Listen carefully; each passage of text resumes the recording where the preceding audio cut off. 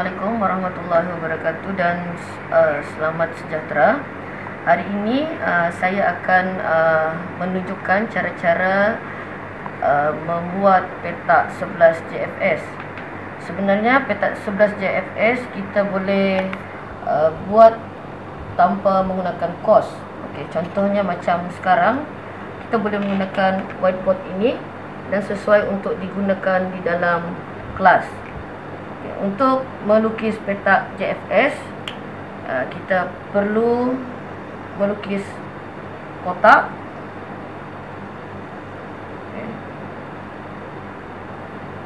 Dan di dalam kotak ini kita perlukan 11 petak.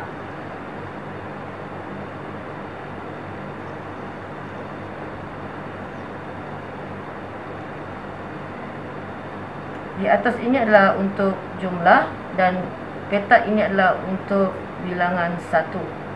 Okey, di sini kita boleh ubah menjadi 360 darjah juga untuk kegunaan dalam tajuk statistik tingkatan 3. Walau bagaimanapun, peta ini asalnya dibuat untuk tajuk kebarangkalian. Jadi di sini kita ada semua sekali 11 petak. Ini yang kita gunakan untuk secara mudah. Bagaimana sekiranya kita jadikan peta 11 ini sebagai alat bantu mengajar ataupun bahan bantu mengajar di dalam kelas. Okey, kita boleh membeli kertas seperti ini yang berharga lebih kurang RM6.90 dan tab ini berharga lebih kurang RM1.50. Okey, walau bagaimanapun, sekeping ini kita boleh potong menjadi 2. Okey, jadi kita akan dapat 2 bahagian lah. Okey. Jadi sekarang saya akan menunjukkan cara-cara membuat peta 11 menggunakan kertas ini, di mana pelajar boleh menggunakan peta ini di dalam kelas secara berkumpulan dengan menggunakan whiteboard marker dan boleh dipadam dan digunakan semula. Dan kita juga boleh membuat dalam keadaan lebih besar seperti ini. Okay, Assalamualaikum warahmatullahi wabarakatuh dan salam sejahtera. Okay, hari ini saya akan menunjukkan cara-cara penggunaan peta 11. Sebenarnya penggunaan peta 11 ini sangat mudah dan kita boleh menggunakan sama ada di atas yang telah kita buat sebelum ini. Okay, ini untuk penggunaan di dalam kelas. Okay. Kita boleh menggunakan whiteboard ini. Murid boleh melukis sendiri peta 11 itu di atas whiteboard ini sendiri, dan murid juga boleh melukis sendiri peta 11 itu di atas kertas putih. Okay. Kenapa peta 11 ini dicipta? Kerana murid sukar untuk memahami soalan yang agak panjang, dan kalau sekiranya pelajar cemerlang mungkin mereka kurang menghadapi masalah. Tetapi untuk murid yang sederhana dan lemah, selalunya soalan ini mereka akan tinggalkan begitu sahaja.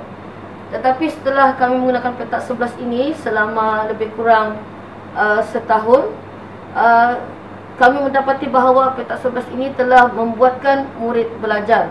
Walaupun ada setengah murid yang belum mendapat jawapan hingga ke akhirnya, tetapi sekurang-kurangnya murid telah berjaya membaca dan mengisi maklumat ke dalam peta 11 ini. Okey, baiklah. Sebelum itu saya akan menjelaskan peta 11 ini bagaimana cara digunakan. Adalah untuk yang berwarna purple ini adalah untuk nombor bulat, maklumat nombor bulat. Di tengah-tengah ini adalah untuk nama-nama, dan yang berwarna hijau ini adalah untuk pecahan. Okey. Sekarang saya akan tunjukkan penggunaan peta 11 ini untuk tajuk kebarangkalian. Okey.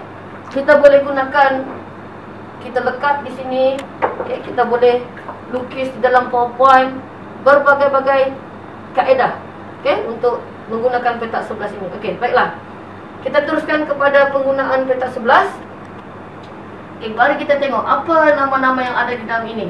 Kita ada getah merah, biru dan hijau. Jadi getah merah, biru dan hijau itu kita akan letakkan di tengah-tengah ini. Kemudian kita teruskan lagi, keberangkalian pengikat getah merah dipilih ialah 1/5. Getah merah 1/5. Dan keberangkalian memilih pengikat getah biru ialah 3/10. Okey, 3/10. Seterusnya, John mempunyai 50 pengikat getah hijau. John ada 50 pengikat getah hijau untuk nombor bulat. Okey. Apa yang paling penting dalam tajuk keberangkalian adalah jumlah.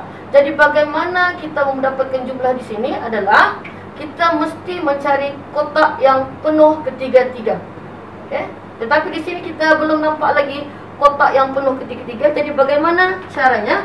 Kita boleh mengisi pecahan di petak ini. Okey. Pecahan asalnya 1. Jadi bagaimana kita mendapatkan nilai di sini? 1 tolak 1/5 tolak 3/10. Jadi dengan pantas murid akan boleh mengira pecahan tersebut menggunakan kalkulator. Okey, 1/2. Jadi sekarang terdapat sudah kotak yang penuh. Dari sini kita akan mendapat jumlah. Bagaimana 50 ini, 50 akan dibahagi dengan 1/2. Jadi 50 akan dibahagi dengan 1/2. So jumlahnya adalah 100. Walau bagaimanapun untuk soalan ini hanya memerlukan berapakah bilangan pengikat getah yang John ada. Kita telah berjaya mendapat 100 dengan mudah. Okey. Baiklah, saya tunjukkan soalan yang seterusnya. Contoh soalan seterusnya.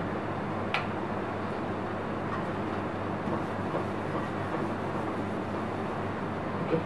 Di dalam soalan ini kita ada pen biru, merah dan pen hitam. Kotak ini mengandungi 5 batang pen biru dan 3 batang pen merah. Okay. Seterusnya, keberangkalian sebatang pen merah dipilih adalah 1/6. Jadi kita boleh mendapatkan jumlah di sini menggunakan kotak yang penuh ketiga-tiga. Jadi bagaimana caranya tadi? Kita bahagi.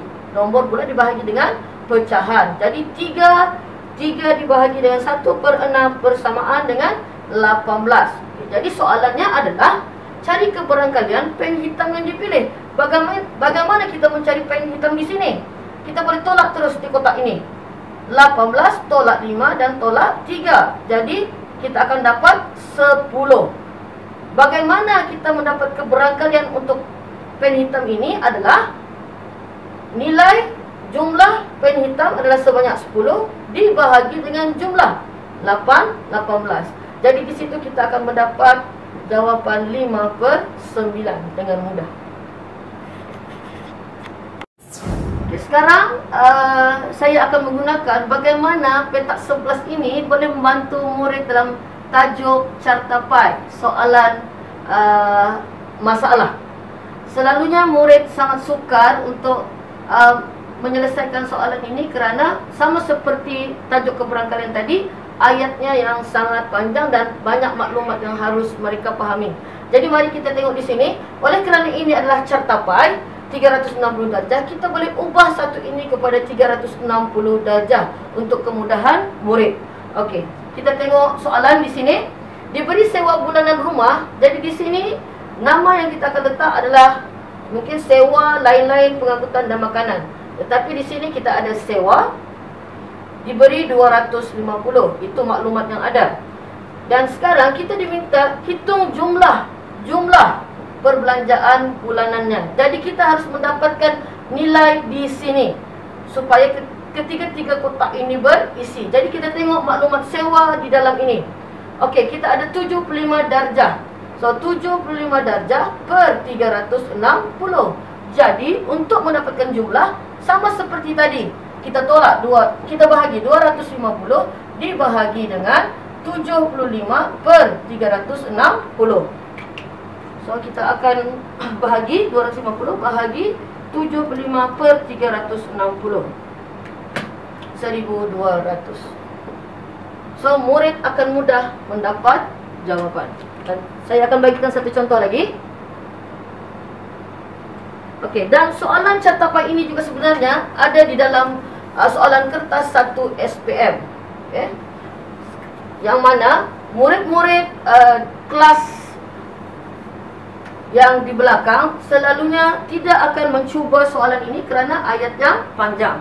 Okey, saya teruskan kepada soalan ini. Okey, untuk soalan ini kebaikannya jumlah telah diberi. Okey, 3 jenis buah-buahan yang dipilih oleh 900 orang. Jadi kita ada jumlah di situ adalah 900. Jadi sekarang ni soalannya adalah diberi satu orang hanya boleh memilih sejenis buah. Bilangan orang yang memilih buah durian ialah.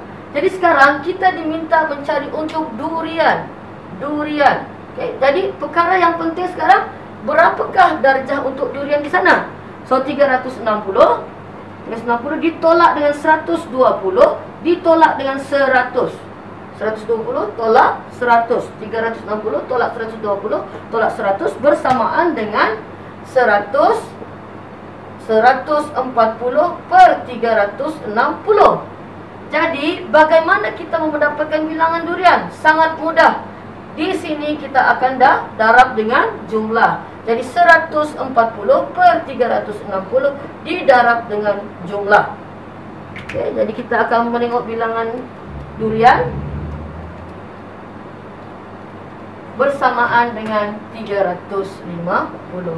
Jadi sebenarnya petak 11 ini telah berjaya memudahkan murid untuk menyelesaikan soalan masalah dan soalan kepat untuk tajuk keberangkalian serta certapan.